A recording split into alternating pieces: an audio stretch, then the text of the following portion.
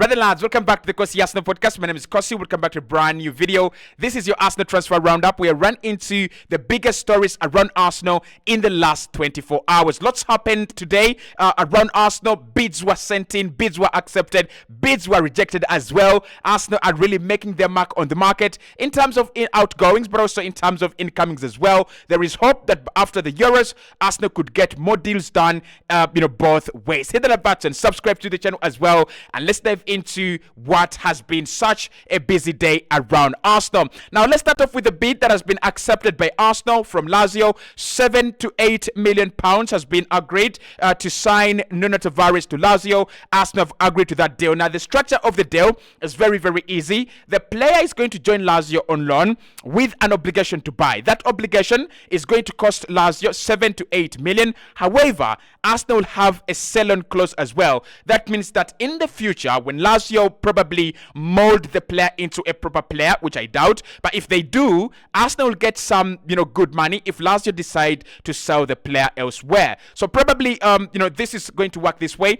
If Nuno Tavares goes to Lazio and it does very well, and Lazio sell him for 20 million in the future, Arsenal could get around 4 million or 3 million or 5 million around there. So it's not a bad deal. I think Nuno Tavares is one of those players that Arsenal have really looked to offload for quite some time. He's been a problematic guy. He's a problematic player, a little bit of chaos, a little bit of, a lot of disruption in his game. And defensively, he is a liability. So Mikel Moreno, of course, couldn't have two liabilities at the back. Alexander Zinchenko and Nuno Tavares. One of them had to leave. Ajax have been in talks with him.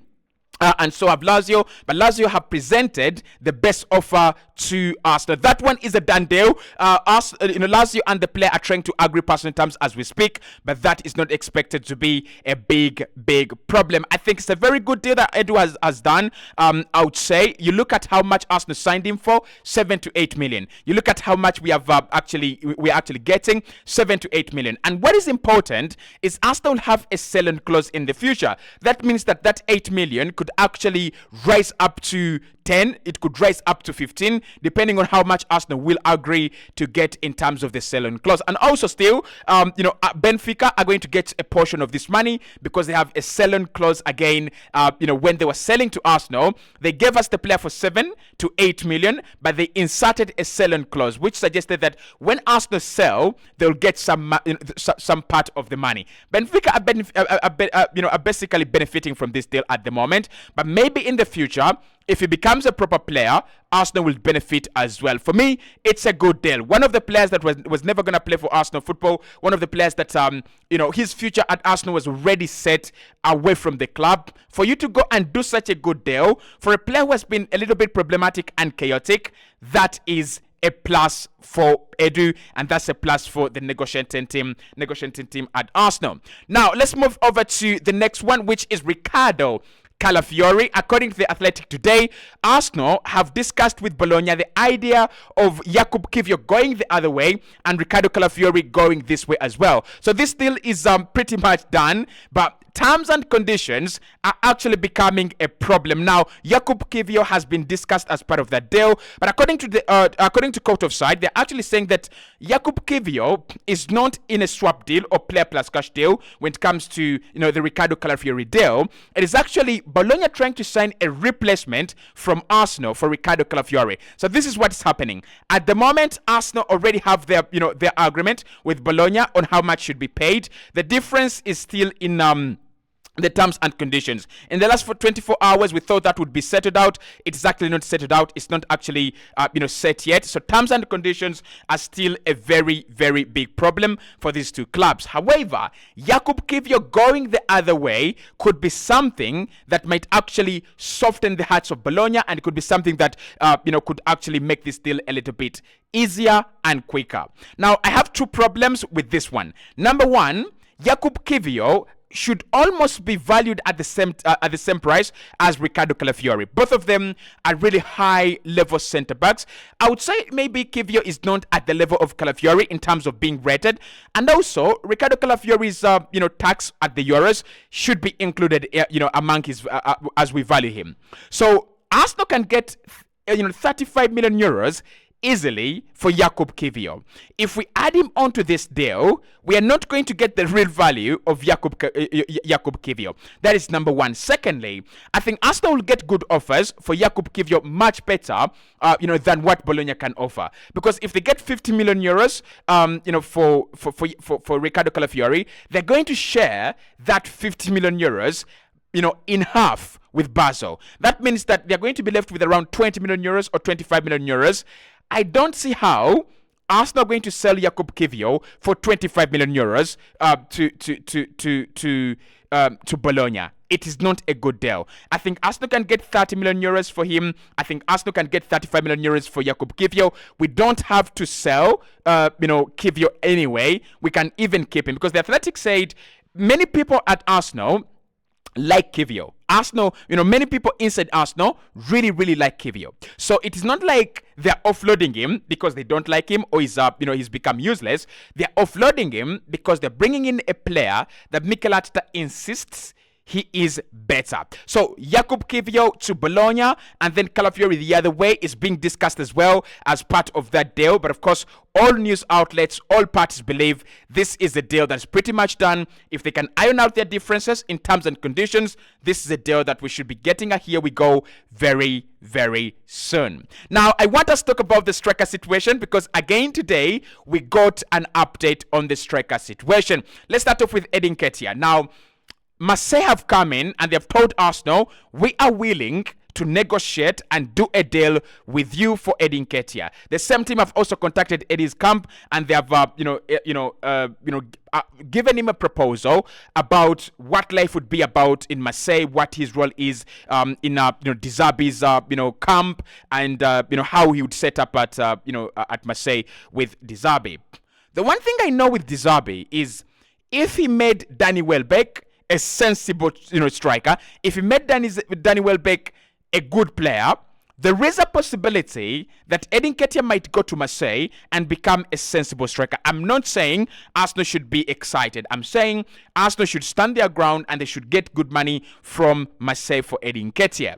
So Nketiah's departure at Arsenal is not imminent. At the moment, it's not imminent because the Athletic today have reported that they still see Arsenal relying on Gabriel Jesus and Nketiah next season if they don't get to offload Eddie, number one, but also if they don't get to sign a good striker. So I don't know whether whether us signing a striker depends on Eddie leaving or Eddie leaving depends on us signing a striker. We are still in the middle there. But the striker update coming in from Court Offside is that Nketiah's departure to Olympique Marseille could happen, and that could trigger Arsenal into movement, into motion to go and sign a striker. And they're saying there are three options that are being looked at. One is Santiago Jimenez, from the Dutch Eredivisie. Second one is Victor Gyökeres from the Portuguese league, and Victor Osimhen also in the Italian Serie A. Those are the three strikers they are quoting. There is an element of Ivan Toney, but of course we know that Ivan Toney is no longer appreciated by people at Arsenal. And I've always said that the departure of Eddie Nketiah is going to be very key to whether we sign a striker or not. The departure of Eddie is going to be the standard by which Arsenal gauge, do we need a striker or do we not need a striker? This is what I'm going to say, right? This is what I'm going to say. I think eventually Eddie leaves Arsenal. I think Marseille will sign him. We have seen the relationship Arsenal we have with Olympique Marseille.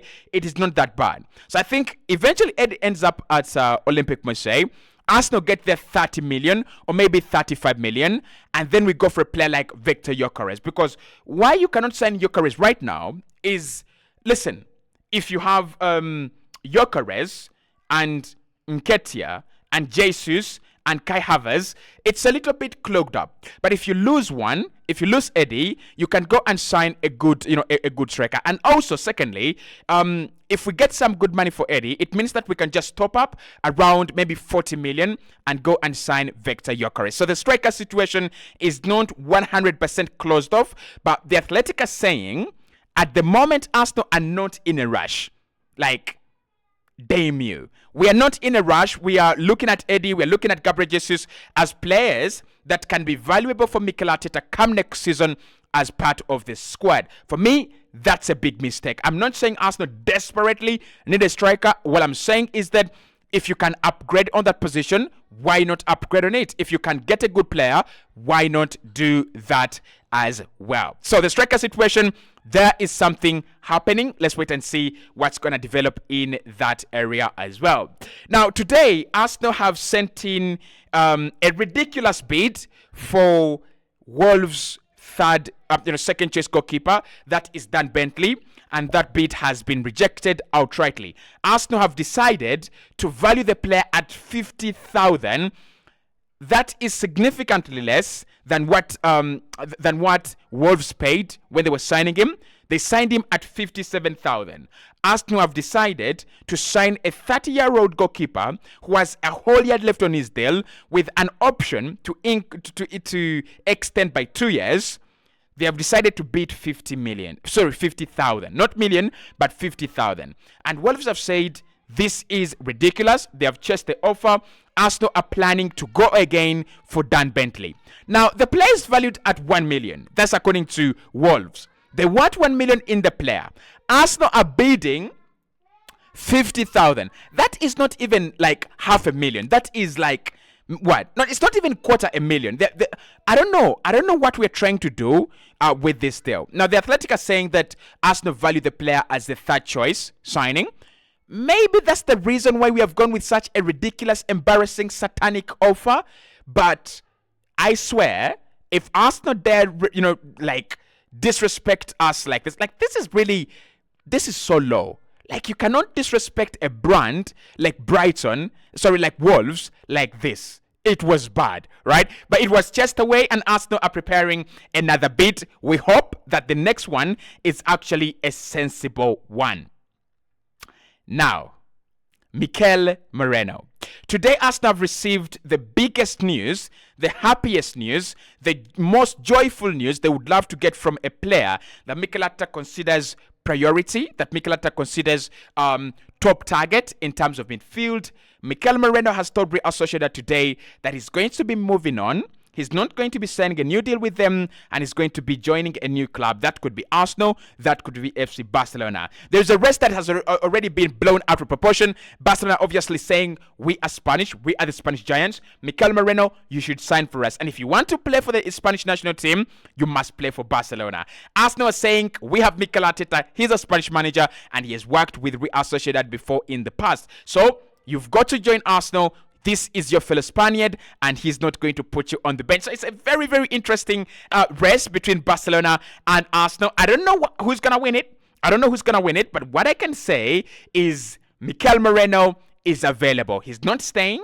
He's not going to wait for another year for his contract to actually run up. He's actually going to join a new club this summer. Mikel Arteta has talked to him. Hansi Flick has talked to him. Barcelona promising him things up and down. And Arsenal are also promising him heaven and earth. Where is Mikel Moreno going to end up to? We don't know. But what I understand is that Mikel Moreno wants Real Sociedad to get a good deal. Mikel Moreno wants Real Sociedad to get some good money out of his sale. So that is why he has decided to move on this summer and not to move on next summer, where he could move on a free. He's got 1 year left on his deal. So I think Arsenal are able to pay slightly higher than Barcelona. And that is the advantage. Now it's advantage Arsenal. We can pay slightly higher than Barca, and we can get that deal done quicker than FC Barcelona. If we can get it quickly done, if we can pay a little bit higher than Barca, then I would say it's advantage Arsenal. Currently, we don't know what Bilbao want. Sorry, we don't know what Real Sociedad want.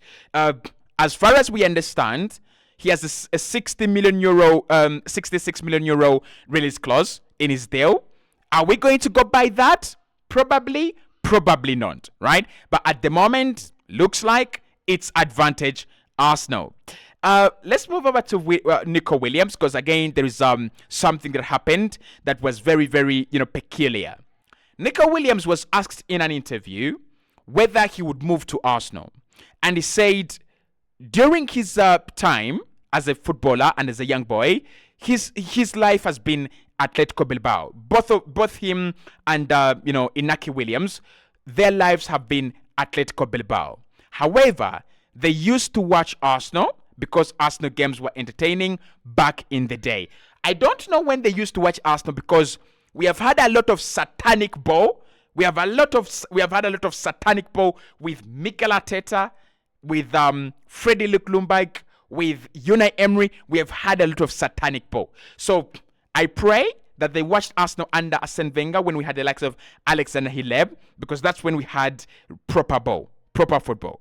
So he said he can see himself in the colors red and white. Make of that what you wish. Make of that what you want. All I'm trying to say here is that the boy, right? The boy said it. And listen, it's not that he resents Arsenal. It's just that his priority is FC Barca. So if Barca gets him, there's no bad blood between Arsenal and Barca. If we get him, I hope there is no bad blood. Hit the like button and subscribe to the channel. That's the Arsenal Transfer Roundup. Lots happened today, and we hope more happens tomorrow and even in the days to come.